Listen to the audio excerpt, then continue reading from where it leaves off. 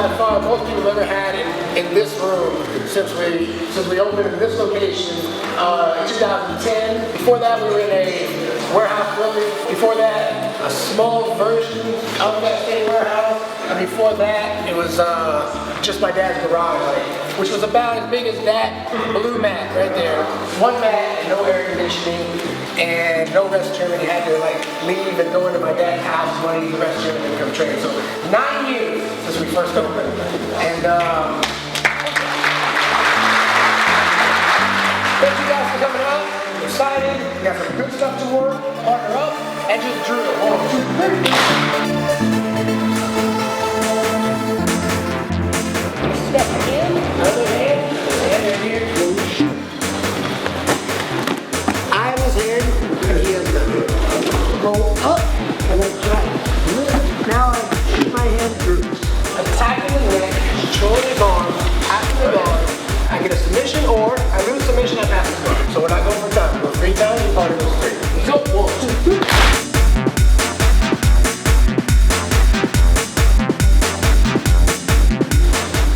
Go for the arm. Pull. Here. With the leg over the head. So I don't want to come all the way to here. I'm just going to want to go here and finish. Step, curl in, and finish to land in that top more position. So like that. 3 and 3. 1, 2, 3.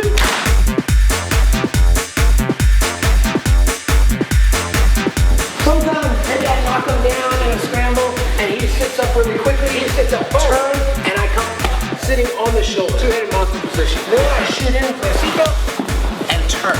Good to go. He goes the other way, it's fine. A lot of times you're gonna catch this arm, it's even better. Because I don't want him to knock me over here. Push the shoulder a little bit, step over, grip, turn, and go. 1, 2, 3.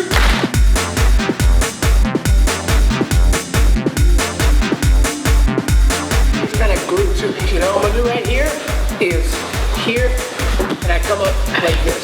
Try to block his arm here. Big step, boom. Step 1, this leg, 2, pull. Hop up and kind of move between the shoulder and the chest. I don't want to go too far, I'll get rolled, right, that way. And I don't want to go too far here to start sneaking out. Turn, his arms already come straight out, so hold it, punch across here. Turn. All right, 1, 2, 3.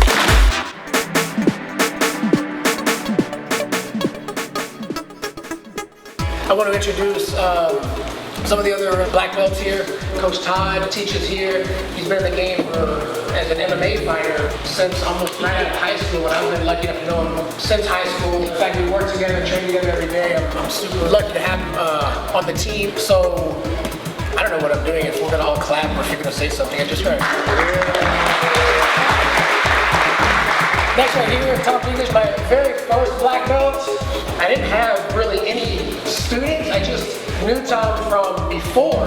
For 11 months, it was 5 mornings a week of just me and Tom training. Been in the game, training and teaching and competing and everything before I ever started. So thanks for coming out, man. Thank you. Thanks, Robbie. I met Robbie, it's been several years now. He runs an excellent school, brought a handful of his students here, which are all very tough. In martial arts, it's important, just like when you create friendships, it's important to find people that you kind of mesh well with. You share similar philosophies, similar thoughts on training, progressing, what you offer your students, and I just feel super lucky just to know these guys. So, Robbie, thank you, man.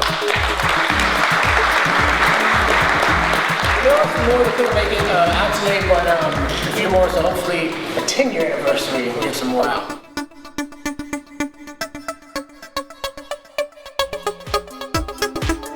Our goal is daily growth. We're trying to get better every single day, okay?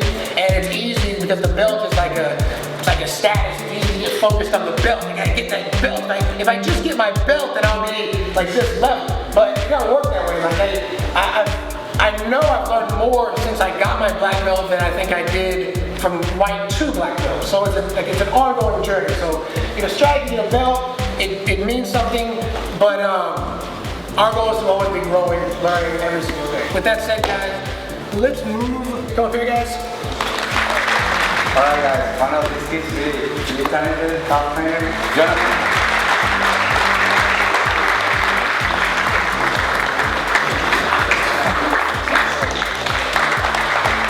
This kid has been training for like his entire life. I'm honored today to promote Jose.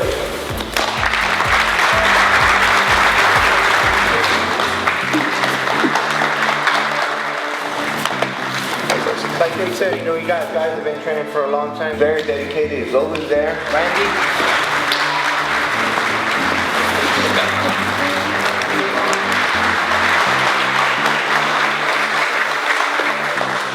You know, like I say, you get hooked on crack, he's like hooked on BJJ. He make a lot of 16, 17-year-old kids don't complain that you're tired because this guy will outwork. All right, so, Luis.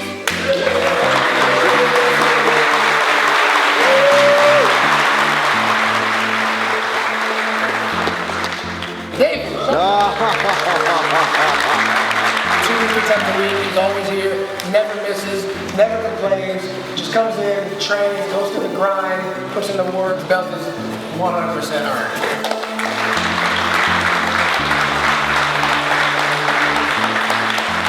You know, you have people that train every day, and then you have people that train twice a day, and then you have the people that live at the gym that you have to kick out so you can go home. Lucas!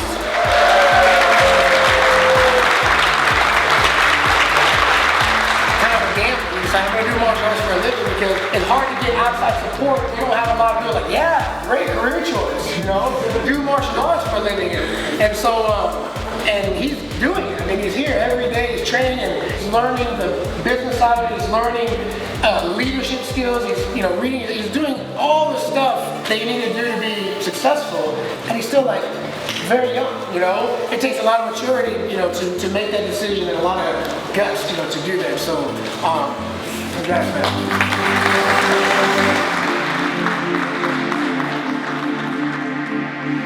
Adding 2 stripes.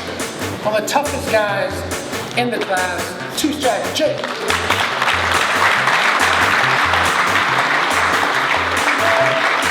If you look at behind you on the wall, I had like I asked all the blue belts like to answer the question, what has martial arts done for you and what are your goals beyond blue belt? Something like that. And this guy had the best answer. He goes, my goals are pretty simple. I want to be a red belt. It was like, you know, like a red belt is like reserved for all the people that started Jiu Jitsu that are now currently dead. This guy's ambitious. So next track, George. All right.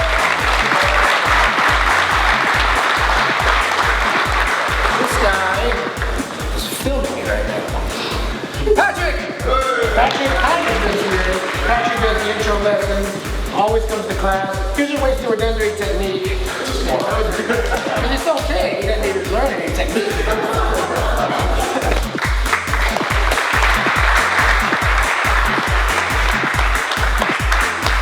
Charlie! Yeah! Surely, I think everybody's like, I'm disappointed this is not his purple belt. It's a great inspiration for somebody that's like, puts in as much effort as you can on the mat. Another like BJJ crackhead. So, what is that, man? Congrats.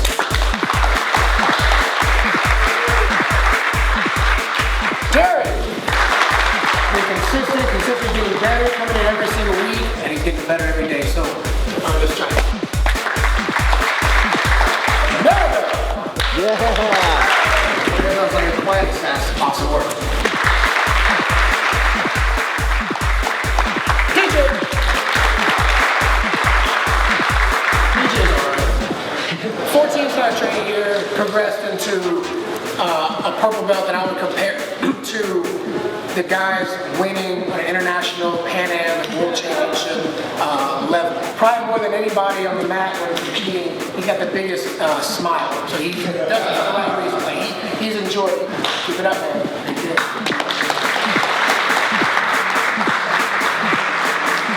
Cameron!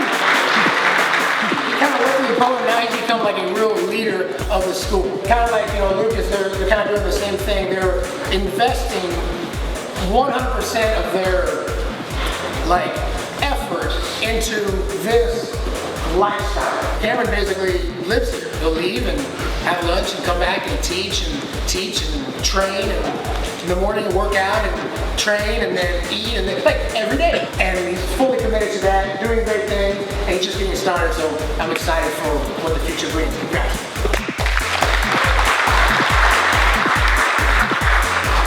Fred Hamilton. What? One more. Maxed out on the purple today, guys. I remember when we competed at Grappling Naga. He breaks his pinky in the middle of the match, and you could see it because it's just like dangling like that, fluttering there. What I'm thinking in his head, he was just kind of like, well, it's broken now. It's gonna be broken after the match, so I might as well fight the match. So he fights the match and wins the match. You know, like you just kept going with like one hand. Keep it up, getting close. Practice.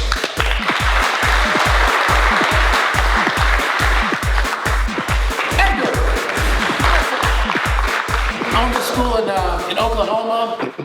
Contacted me about training, continuing his education, kind of working together, you know, as an affiliate school. He cares about his students. He cares about getting better. He cares about, you know, spreading jiu-jitsu. He has no selfish intent, you know, whatsoever. I'm super happy, you know, to have you on the team, and I look forward to training with you for years to come.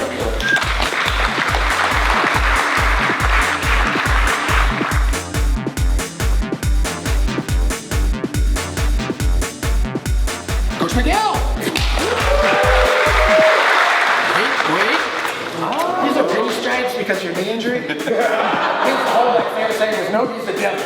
And he would say that all the time. He didn't like the nogi. Then he goes to the Nogi World Championships, a brown belt, and wins the gold medal. And he's coming off a knee injury, a major surgery, like 6 months out.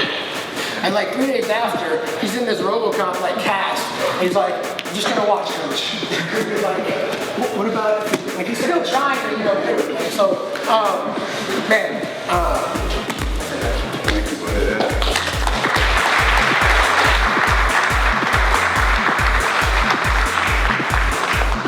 Garcia. I'm pretty sure this guy's gonna tap me because every time we roll, he tells me he's going to tap me. like he's not smiling.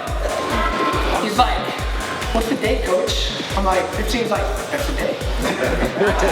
And then he goes, and then he's like, every time he's like, "One day, coach, one day." And so now, like, it keeps getting better every time. Like, you know, it's harder and harder. Now I'm like, man, he's like in my head. Like, this guy's crazy. But that's good. Congrats, man. Keep it up.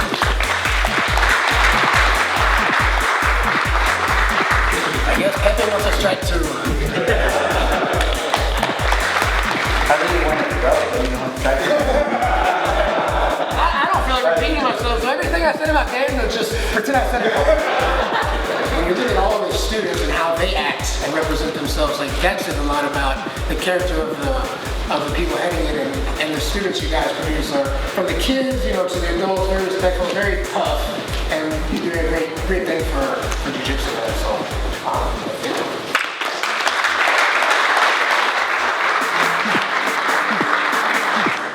Coach Jose!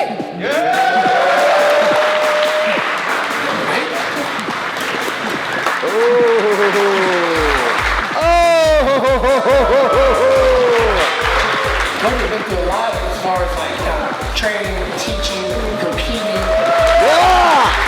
He's not just like a brown belt or just a 4-stripe brown belt, but somebody who technically is on a level where you know, I find myself learning from him every single time we train. Zero ego. He doesn't care about, you know, he's saying how like awesome he is. I'm sure like right now it's cool, but I'm just so lucky to have him as part of the team, and I hope you guys take advantage when you have the chance to work with him because he has a lot to offer.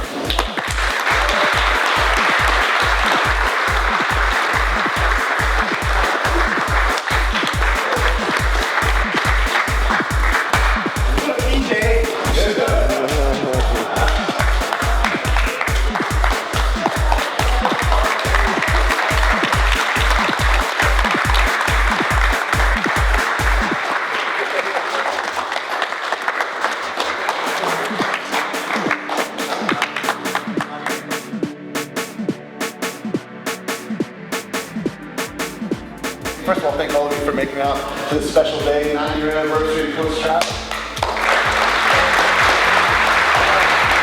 Today's actually special for another reason, gang. Today's another day because there's somebody else going to get promoted. It's a big guy himself. And so real fast, gang, Coach kind of let you in a little bit on the story. Me and Travis actually met way back in the day. Yeah, way back in the day of like 2000, right? When our cell phone screens were this big, right? Like a long time ago. Different age, different time. I was like 19 or 20, he was like 17, maybe 18. A lot of the times getting in the training environment, it was just adults all the way through, gang. So I was losing very regularly, and then I go out and I watch this 16 or 17-year-old just destroying grown men. And I was like, oh my gosh, wow, that's impressive. And the humility that this person carried was just forever stayed with me. I just always remembered his name, remembered who he was and all that kind of stuff. For those of you who don't know, all standing in this room for you, big guy, right? This whole thing is done by you. As a pioneer, as a trailblazer, getting those big, beautiful cement roads out there, there were once grass, there were once fields, there were dirt, there were nothing. And then somebody has to come along and do that. Well, again, a long time ago, it wasn't take fun trips to Brazil and have a good time and train a little Jiu Jitsu, have a little acai, have a little time on the beach and all that kind of stuff. Yeah, it's a completely different environment. Now, let's take one. It's American Jiu Jitsu. A new brown belt shows up from a different country, wanting to represent himself, and how do you guys feel? It's all of a sudden, the sharks are starting to spin around that tank. They're starting to taste that blood. That all of a sudden, the hostility of that environment. I'm not gonna say it's a hostile environment, but north. It got better. It got better. The friendliness of that environment, gang, isn't what it's like here at Team Took. It's not, hey, welcome brother, all that kind of stuff. It's like, oh yeah, it's nice and you can't wait to rip your head off kind of feeling, gang. So it's a tough place to be, tough place to go. Imagine what it was like to be 22, 23, going to 22. Wow, man. 22, flying over again into the Shark Tank to prove himself, to come out and show who he was then, gang. So, gang, I have nothing but the most incredible admiration for Travis to do that, gang. The pioneer that Travis is to bring this and bring it to Texas and then start building the community that he did, gang. It's amazing. I've gotten the pleasure to know a lot of his coaches, a lot of the people around, and be a part of this, gang. And this has been like one of my life's honors, gang, is to really be a part of Team Took and all that good stuff, gang. That was better than what I said about me. Yeah.